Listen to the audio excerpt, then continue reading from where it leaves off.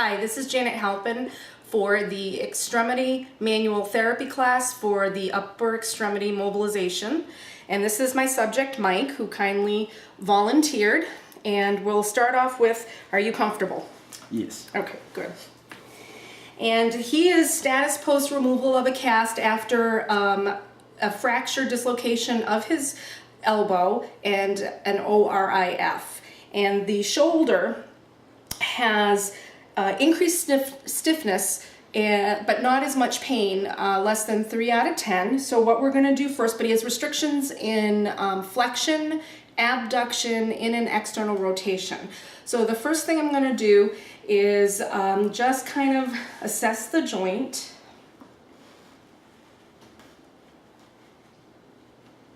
Just so I know. Okay.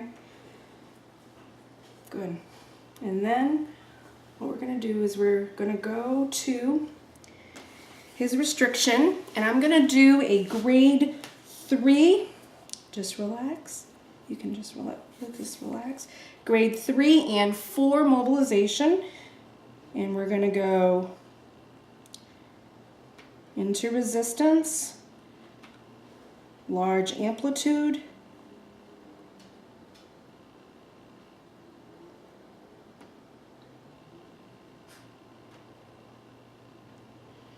that's a grade 3. Then we're going to go further into resistance for a grade 4 at small amplitude.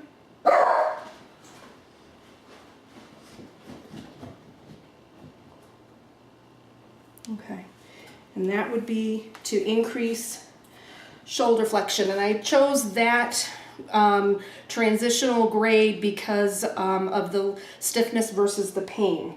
The next thing I'm going to do is go for internal rotation, and that was limited to about 60 degrees. So we will go about to here, and I'm going to do a anterior posterior glide.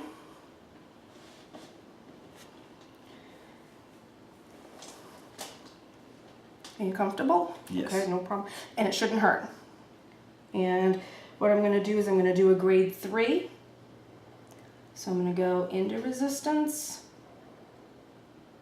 large amplitude,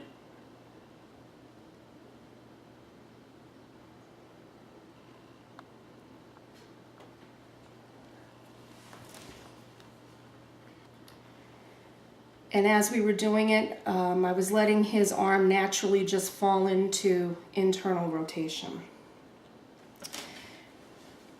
And again, the reason for the grade 3 would be to increase range of motion versus worrying about pain as much. Then external rotation, this again is going to be a transitional motion. And I'm going to choose this one first versus going into abduction, because I'd like to see if I can get the external rotation to increase to allow increased abduction. So I'm going to, again, relax your arm.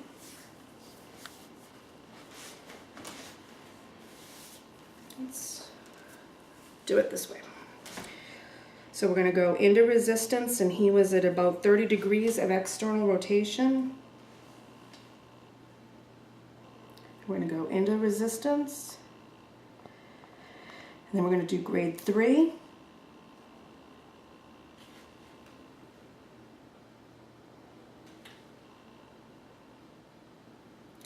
Grade 4, further into resistance and small amplitudes.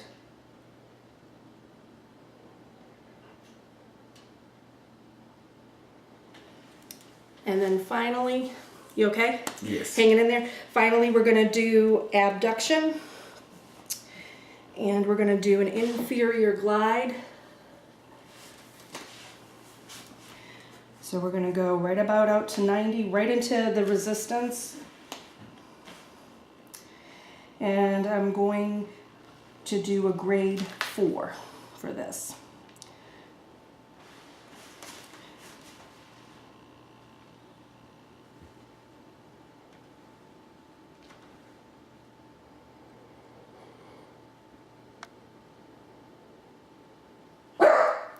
Okay, very good. Now what we're going to do is move on to the elbow. This is where the ORIF is. So, and there's a lot of pain, a 7 to 8 out of 10. So I'm only going to work on grade 1 and grade 2 at the elbow. Can you pause for a second? Okay, and we're back for the elbow. I have put a towel roll more in the form of wedge, since I don't have an actual wedge, just to keep the humerus in alignment. And now the patient has 90 degrees of flexion with a 15-degree available range of motion. So what I'm going to do, because of the pain and the fact that there is an ORIF in there, I am going to perform grade 1 and grade 2 for flexion, and then we're going to pause, have him flip over, and do a grade 1 for extension. So I'm going to put my hands right near the joint line. And I'm going to use the distraction method here, just from a pain relieving standpoint, and then just barely into flexion for a grade 1. Maintaining the distraction. Okay. And then again for grade 2 with distraction.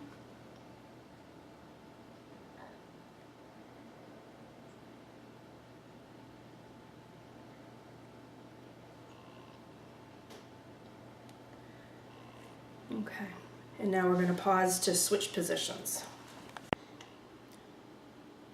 Okay, now we're going to work on elbow extension, and I have put him in the prone position. His elbow would be limited to right about there. And again, because of the ORIF and the amount of pain in this joint, what I would do is perform a little bit of joint distraction, gentle, and then very little in terms of grade 1.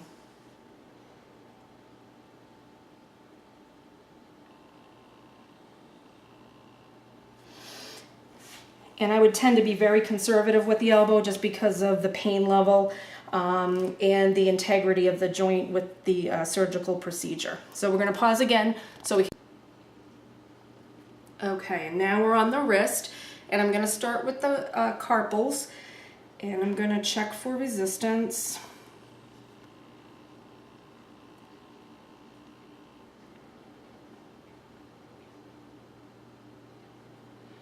And in the area of resistance, I'm going to do a grade 2, but not into resistance. Okay. And if there were 2 areas,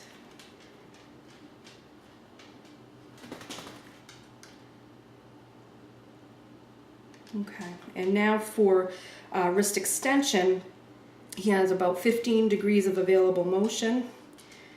So again, at the carpal line,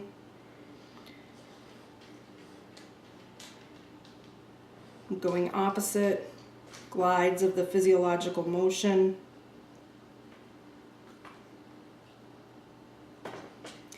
And if there was any other area of resistance,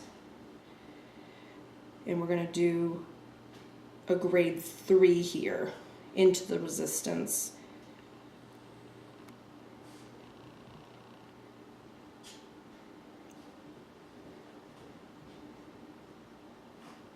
Okay. And then finally we're going to do wrist extension.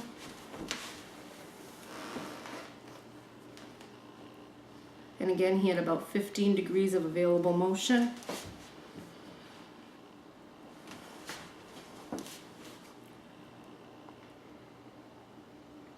And we're going to do a grade 4 once we locate the resistance. Okay. And we're going to go right here into the resistance.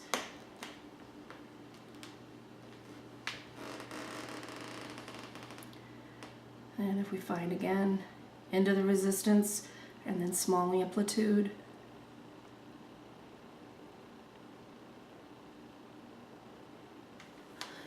And that's it for my video.